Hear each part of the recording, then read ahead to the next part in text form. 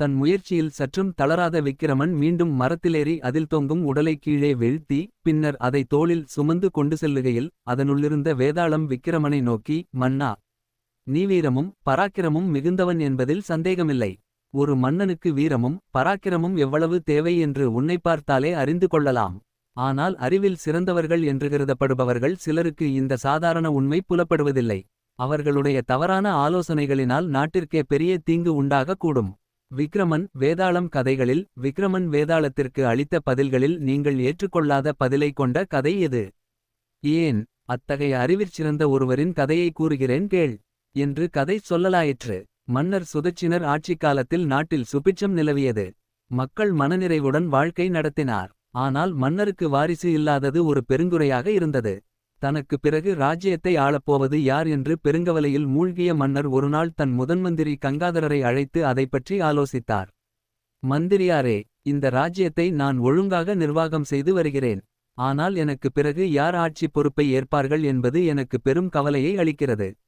எனக்கு பிறகு சிம்மாசனத்தில் அமரப்போவது யார் என்பதை இப்போதே நாம் தீர்மானித்தால் நல்லது.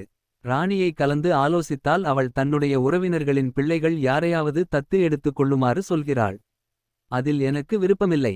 எனக்கு பிறகு முடிசூட்டிக் கொள்பவன் வீரதீர பராக்கிரமனாக இருக்க வேண்டும். அப்படிப்பட்ட வீரனை நாம் எப்படி தேடுவது என்றார். அதற்கு மந்திரி, பிரபு, எனக்கு ஒரு யோசனை தோன்றுகிறது. நமது தலைநகரில் உள்ள குருகுலத்தில் வித்யாசாகர் அவர்கள் பல க்ஷத்திரிய மாணவர்களுக்கு வில் வித்தை, வாட்போர், மல்யுத்தம் ஆகியவற்றையும் இராஜாங்க நிர்வாகத்தையும் போர்த்தந்திரங்களையும் கற்பித்து வருகிறார். அவரிடம் சென்றால் நம் ராஜ்யத்தின் எதிர்கால வாரிசை நாம் தேர்ந்தெடுக்கலாம் என்றார். மன்னருக்கு அது சரியான யோசனை என்ற தோன்றவே இருவரும் மறுநாளே குருகுலத்திற்குச் சென்று வித்யாசாகரை சந்தித்து தாங்கள் வந்த காரியத்தை பற்றி கூறினர். அதற்கு குரு வித்யாசாகர், மகாராஜா, நீங்கள் சரியான சமயத்தில்தான் வந்திருக்கிறீர்கள். விஜயதசமியையொட்டி குருகுலத்தில் பல்வேறு போட்டிகள் நடைபெற உள்ளன. அந்த போட்டிகளை பார்வையிட்டால் உங்களுக்கு தேவையான வீரனை நீங்களே தேர்வு செய்து கொள்ள முடியும் என்றார். மறுநாள் போட்டியில் பங்கேற்ற 3 பேர் நீண்ட தூரம் பயணம் செல்ல வேண்டும் என குரு உத்தரவிட்டார். இதன்படி தங்கள் பயணத்தை தொடங்கிய 3 பேரும் 1 மாத பயணத்திற்குப் பின் குருகுலத்திற்கு திரும்பினர். அவர்கள் திரும்பி வந்தபோது குருகுலத்தில் குரு வித்யாசாகருடன் மன்னரும் மந்திரியும் அமர்ந்திருந்தனர். அவர்களை வரவேற்ற குரு மூவரையும் ஒருவர் பின் ஒருவராக தங்கள் பயண அனுபவங்களை கூறும்படி சொன்னார். முதலில் முன்வந்த வில்வித்தை நிபுணனான ஜெயன், குருவே, நான் வடக்கு திசையை நோக்கி பயணமானேன். வழியில் எனக்கு எந்தவித தடங்களும் ஏற்படவில்லை. சென்ற இடங்களிலெல்லாம் மக்கள் மகிழ்ச்சியுடன் தென்பட்டனர். ஆனால் நம் ராஜ்யத்து எல்லையில் உள்ள காட்டுப் பிரதேசத்தில் நான் கண்ட காட்சி என்னை திடுக்கிடச் செய்தது. அங்கு சில இளைஞர்கள் இரகசியமாக ஆயுத பயிற்சி பெற்றுக் கொண்டிருந்தனர். மறைந்திருந்து தாக்குவது, அரசாங்க ஆயுதங்களை திருடுவது, இரகசிய ஆயுத தயாரிப்பு ஆகியவற்றில் ஈடுபட்டிருந்த அந்த இளைஞர்கள் பக்கத்து ராஜ்யத்தைச் சேர்ந்தவர்கள். வறுமையில் வாடும் அந்த இளைஞர்களை யாரோ ஒருவன் சைகாட்டி அவ்வாறு ஆயுத பயிற்சி அளிப்பதை பார்த்தேன். நமது ராஜ்யத்தில் இவ்வாறு தீய சக்திகள் உருவாவதை பொறுக்க முடியாமல் இளைஞர்களுக்கு ஆயுத பயிற்சியளித்து அவர்களை தவறான வழியில் ஈடுபடுத்த முயன்ற பயிற்சியாளனை அம்பெய்திக் கொன்று விட்டேன். என்னுடைய கடமையை நிறைவேற்றியதற்காக பெருமைப்படுகிறேன் என்றான். அடுத்து வந்த விஜயன், நான் தென்திசை நோக்கி பயணம் சென்றேன். தென்திசை பகுதிகளில் சட்டம் ஒழுங்கு சரியான முறையில் இல்லை என்பதை அறிந்தேன். அங்குள்ள அரசாங்க அதிகாரிகள் மெத்தனமாக இருப்பதே இதற்கு காரணம் என்று அறிந்தேன். எங்கு பார்த்தாலும் வழிப்பறி கொள்ளைகள் நடந்து கொண்டிருந்தன. அங்கிருந்த இளைஞர்களுக்கு கொள்ளைக்காரர்களை எதிர்த்து போரிட தைரியம் இல்லை. அந்த நிலைமையை மாற்ற எண்ணிய நான் அங்கிருந்த இளைஞர்களை திரட்டி அவர்களுக்கு வாள் சண்டை கற்றுக் கொடுத்தேன். இப்போது அங்குள்ள இளைஞர்கள் எனது முயற்சியினால் வீரம் மிகுந்தவர்களாக மாறிவிட்டனர் என்றான். அடுத்து 3ஆமவன் கௌதமன் முன் வந்து, நான் கிழக்கு திசையில் பயணம் சென்றேன். ராஜ்யத்தின் கிழக்கு பகுதி சுபிட்சமாகவும் அமைதியாகவும் இருந்தது. அதனால் என்னுடைய போர்க்கலைகளை பயன்படுத்த வேண்டிய அவசியம் ஏற்படவில்லை. ஒருநாள் அங்குள்ள கோயில் ஒன்றில் வடித்திருந்த சிற்பத்தின் விரல்களுக்குள் ஒரு பல்லி சிக்கித் தவித்துக் கொண்டிருந்தது. எப்படி சிக்கியது என்று தெரியவில்லை. ஆனால் அந்த இடத்தை விட்டு மீள முடியாமல் தவித்ததைக் கண்டேன். அப்போது ஓர் அதிசய காட்சியை கண்டேன்.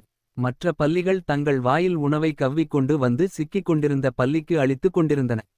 ஓரிவு படைத்த சாதாரண பல்லிகளுக்குள் நிலவிய அந்த நல்லிணக்கத்தைக் கண்டு வியந்த நான் ஒரு சிற்பியை வரவழைத்து சிற்பங்களின் விரல்களை உடைத்து அது தப்பிக்க வழி செய்தேன். திரும்பி வரும் வழியில் ஒரு காட்டில் கிணற்றினுள் ஒரு யானை குட்டி விழுந்திருந்ததை கண்டேன். நான் காட்டுவாசி மக்களை அங்கு அழைத்து வந்து அந்த யானை குட்டியை கிணற்றிலிருந்து வெளியே மீட்க ஏற்பாடு செய்தேன். பிறகு அந்த ஆட்களிடம் பல்லிகள் யானைகள் போன்ற மிருகங்கள் தங்களுக்குள் உதவி செய்து கொள்வதைச் சுட்டிக்காட்டி மனிதர்களாகிய நாமும் அதிலிருந்து பாடம் கற்றுக்கொள்ள வேண்டும் என்று உபதேசம் செய்தேன்.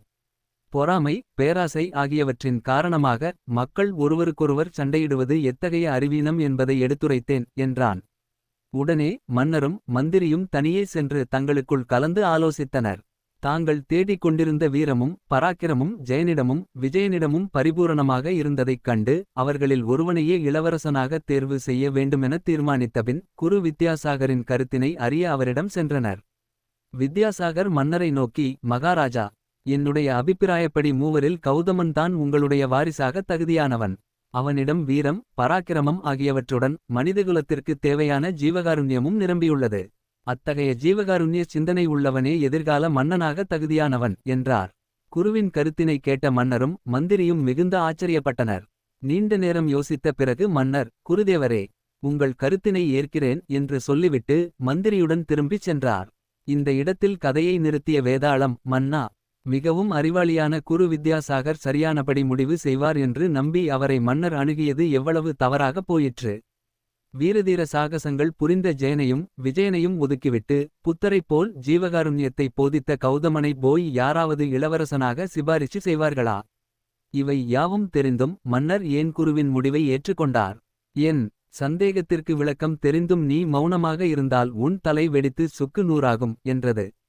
அதற்கு விக்கிரமன், அரசவை ஆட்சி பீடத்தில் அமரப்போகும் இளவரசனுக்கு வீரமும் பராக்கிரமமும் தேவை என்பது மறுக்க முடியாத உண்மை.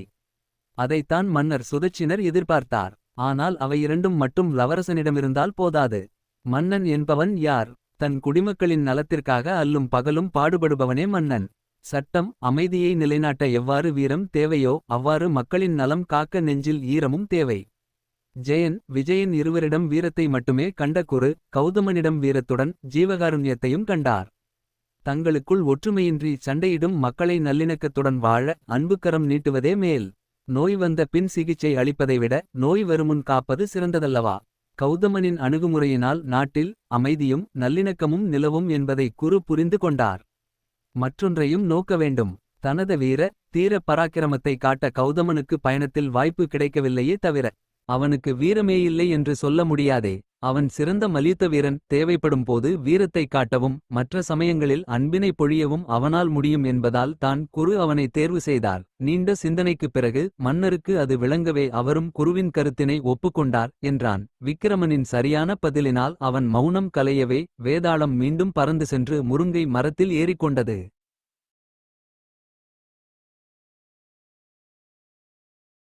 தன் முயற்சியில் சற்றும் மனம் தளராத விக்கிரமன் மீண்டும் மரத்தின் மீதேறி அதில் தொங்கிய உடலை கீழே வீழ்த்தினான். பின்னர் கீழே இறங்கி அவன் அதை தூக்கிக் கொண்டு செல்லும் போது அதனுள்ளிருந்த வேதாளம், மன்னா, எந்த இலட்சியத்தை நாடி இவ்வாறு நடு இரவில் மயானத்தில் என்னை சுமந்து கொண்டு திரிகிறாய் என்பது எனக்கு தெரியவில்லை. சில சமயங்களில் அறிவில் சிறந்தவர்கள் என்று நாம் கருதும் சிலரது ஆலோசனைகள் நம்மை தவறான பாதையில் அழைத்துச் செல்லக்கூடும்.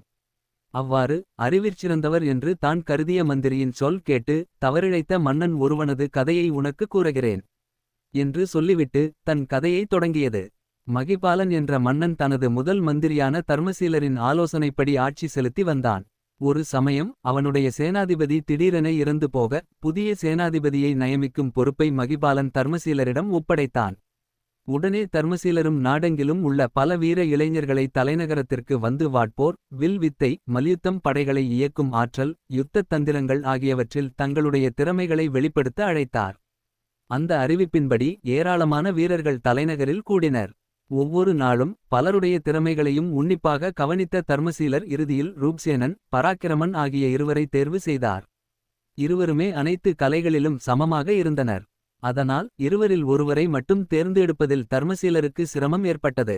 அவர்களை நேரிலே அழைத்த மந்திரி, நீங்கள் இருவரும் அனைத்து கலைகளிலும் சரிசமமாக இருக்கிறீர்கள்.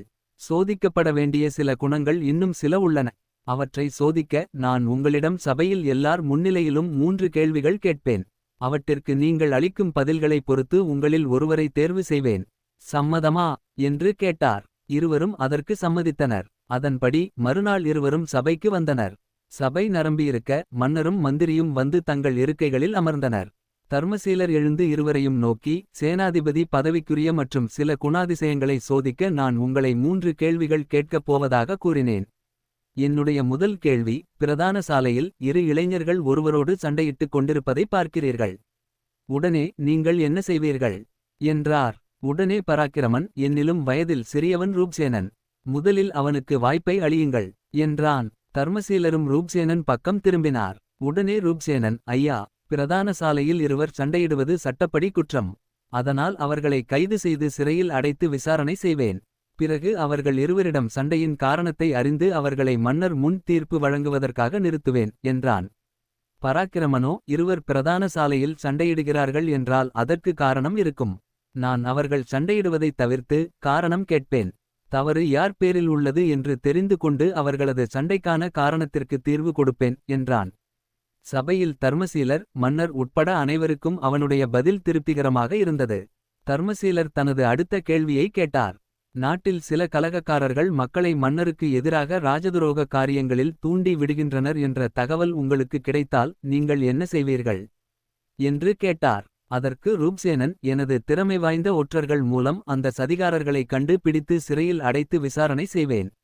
அவர்களுடைய தலைவன் யார், அவர்கள் எந்த மாதிரியான நாசவேலைகளில் ஈடுபடுகின்றனர், அவர்களுக்கும் நமது பகைவர்களுக்கும் தொடர்பு உள்ளதா என்பது போன்ற ரகசியங்களைக் கண்டு பிடித்து விட்டு சேனையின் உதவியோடு அவர்களை அழித்து விடுவேன் என்று ஆவேசமாக கூறினான். பராக்கிரமன், ராஜதுரோக வேலையில் சிலர் ஈடுபடுகின்றனர் எனில் அதற்கு ஏதாவது காரணம் இருக்கும். சதிகாரர்களிடம் அந்த காரணத்தை அறிய முயல்வேன். நியாயமான காரணங்களுக்காக அவர்கள் சதிவேலையில் ஈடுபட்டிருந்தால் அவர்கள் குறைகளை மன்னருக்கு தெரிவித்து நீதி வழங்குவேன். ஆனால் பேராசையின் பொருட்டு அவ்வாறு செய்கிறார்களெனில் அவர்களுக்கு தண்டனை அளிப்பேன் என்றான். பராக்கிரமனின் அறிவுபூர்வமான பதிலை கேட்டு சபையினர் கரகோஷம் செய்தனர். பிறகு தர்மசீலர் தனது 3வது கேள்வியை கேட்டார். மன்னருடன் வேட்டையாடச் செல்லும்போது அவர் மீது ஒரு சிங்கம் திடீரென பாய்ந்தால் என்ன செய்வீர்கள் என்றார். என் உயிரை கொடுத்து மன்னரை காப்பாற்றுவேன் என்றான் ரூப்சேனன். நான் உடனிருந்தால் மன்னர் மீது சிங்கம் பாய்வதற்கான சூழ்நிலையே உண்டாகாது என்றான் பராக்கிரமன். அவனுடைய பதிலை கேட்டு சபையோர் பலமாக கரகோஷம் செய்தனர். சற்று நேரத்திற்குப் பின் தர்மசீலர் இருவரையும் நோக்கி, உங்களிடம் 3 கேள்விகள் மட்டுமே கேட்பதாக கூறினேன். ஆனால் இப்போது கடைசியாக மற்றொரு கேள்வியும் கேட்கப் போகிறேன். நமக்கு அருகிலுள்ள ராஜ்யங்கள் 3இல் ஒரு ராஜ்யத்தில் தங்கம் நிறைய இருக்கிறது. மற்றொன்றில் தானியங்கள் நிரம்பி உள்ளன. 3வது ராஜ்யத்தில் ஆயுதங்கள் நிறைய உள்ளன. எந்த ராஜ்யத்தின் மீது படையெடுத்து கைப்பற்றினால் நமக்கு பயன் உண்டாகும் என்றார். உடனே ரூப்சேனன், இந்த விஷயத்தில் மன்னரின் தீர்மானமே இறுதியானது. மந்திரியுடன் ஆலோசித்து அவர் எந்த ராஜ்யத்தின் மீது படையெடுக்க கூறுகிறாரோ அதன் மீது படையெடுப்பேன் என்றான். படையை பலப்படுத்துவது சேனாதிபதியின் முதல் கடமையாகும். அதற்கு ஆயுதங்கள் மிகவும் அவசியம். ஆயுதங்கள் நமக்கு கிடைத்துவிட்டால் நம்மால் எளிதில் மற்ற 2 ராஜ்யத்தையும் கைப்பற்றி விடலாம். தைரிய லட்சுமி எங்கிருக்கிறாளோ அங்குதான் மற்ற 7 லட்சுமிகளும் வசிக்கும் என்று உங்களுக்குத்தான் தெரியுமே. ஆகையால் நான் முதலில் எந்த ராஜ்யத்தில் ஆயுதங்கள் உள்ளனவோ அதன் மீது தான் படையெடுப்பேன் என்று மிகவும் கம்பீரமாக பழித்தான். பராக்கிரமனுடைய அறிவுபூர்வமான பதிலை கேட்டு சபையில் கரகோஷம் உண்டாகியது. மன்னர் கண்டிப்பாக பராக்கிரமனைத்தான் தேர்ந்தெடுப்பார் என்று சபையோருக்கு தெரிந்துவிட்டது. அப்படி இருக்கையில் அவர் ரூப்சேனனை சேனாதிபதியாக தேர்ந்தெடுப்பதாக அறிவித்து அனைவரையும் அதிர்ச்சிக்கு உள்ளாக்கி விட்டார். இந்த இடத்தில் கதையை நிறுத்திய வேதாளம் விக்கிரமனிடம், மன்னா, பராக்கிரமன், ரூப்சேனன் இருவருமே போர்க்கலைகளில் சரிசமமாக காணப்பட்டார்கள். ஆகையினால் அவர்களுடைய மற்ற தகுதிகளை பரிசீலிக்க மந்திரி தர்மசீலர் முயன்றது தவறில்லை. ஆனால் அவர் கேட்ட கேள்விகளுக்கெல்லாம் மன்னரிடம் அறிவிப்பேன். அவர் கட்டளைப்படி நடப்பேன் என்று பதில் கூறிய ரூப்சேனனை விட பிரச்சினைகளின் மூலகாரணத்தை ஆராய்ந்து தானே செயற்படும்படி பராக்கிரமன் அளித்த அறிவுபூர்வமான விடைகளிலிருந்து அவனே சேனாதிபதி பதவிக்கு தகுதியானவன் என்று தெளிவாக இருக்கிறதல்லவா. அவனுடைய பதில்களை சபையோர் மட்டுமன்றி தர்மசீலரும் பாராட்டினார். அப்படியிருந்தும் தர்மசீலர் கடைசியில் ரூப்சேனனை தேர்ந்தெடுத்து அவரது தவறான முடிவை காட்டுகிறதல்லவா. இதிலிருந்து தர்மசீலர் மதிநுட்பத்திற்கு முக்கியத்துவம் அளிக்காமல் ஒரு சாதாரண வீரனை சேனாதிபதியாக தேர்ந்தெடுத்தது அவர் நடுநிலையிலிருந்து தவறிவிட்டார் என்பதை காட்டுகிறது அல்லவா. ரூப்சேனனிடம் அப்படியென்ன குணம் அல்லது திறமை உள்ளது என்று அவனை தேர்ந்தெடுத்தார். என்னுடைய இந்த சந்தேகங்களுக்கு விடை தெரிந்தும் நீ மௌனமாக இருந்தால் உன் தலை வெடித்து சுக்குநூறாகும் என்றது.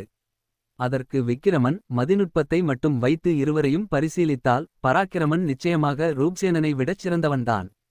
ஆனால் தர்மசீலர் முன்னமே கூறியபடி சேனாதிபதி பதவிக்குரிய குணங்களில் முக்கியமான ஒன்று பராக்கிரமனிடம் இல்லை. ரூப்சேனனிடம் தான் இருந்தது. ஒரு சேனாதிபதியின் கடமை தனது படைக்கு தலைமை வகித்து அவர்களை ஊக்குவித்து தனது யுத்த தந்திரங்களால் போரினை வெல்வது மட்டும்தான். மற்றபடி எந்த பிரச்சினைக்கும் முடிவு எடுப்பது அவனுடைய அதிகாரத்தில் இல்லை. எந்த ஒரு விஷயத்திலும் தீர்மானம் செய்வது மன்னருக்கே உரித்தான உரிமை. அதில் சேனாதிபதி தலையிடக்கூடாது. அரசாங்க விஷயங்களில் ஆலோசனை கூறும் உரிமை மந்திரிக்கு மட்டுமே உண்டு. அவரை ஆலோசனை கேட்பதும் அதன்படி நடப்பதும் நடக்காததும் மன்னருடைய உரிமை. எல்லா விஷயங்களிலும் தான் நுழைந்து தானே முடிவெடுக்கும் சேனாதிபதி ஆபத்தானவன். மன்னருடைய அதிகாரத்தை அவன் தன் கையில் எடுத்துக் கொள்வது சற்றும் சரியல்ல. பராக்கிரமன் அளித்த விடைகளில் இருந்து அவன் மேதாவி என்பது தெளிவானாலும் அத்தகைய மேதாவிகள் மன்னருக்கு முற்றிலும் கீழ்ப்படிந்து நடக்க மாட்டார்கள் என்று மந்திரி நம்பினார். அதனால்தான் கீழ்ப்படிந்து நடக்கும் சுபாவம் கொண்ட ரூபசேனனை சேனாதிபதியாக பரிந்துரை செய்தார். மந்திரியின் கருத்து அவருடைய தொலைநோக்கு பார்வையை காட்டுகிறது. ஆகவே அவர் எடுத்த முடிவே சரியானது என்றான். விக்கிரமனது சரியான பதிலினால் அவனது மௌனம் கலையவே வேதாளம்தான் புகுந்திருந்த உடலுடன் மீண்டும் பறந்துபோய் முருங்கை மரத்தில் ஏறிக்கொண்டது.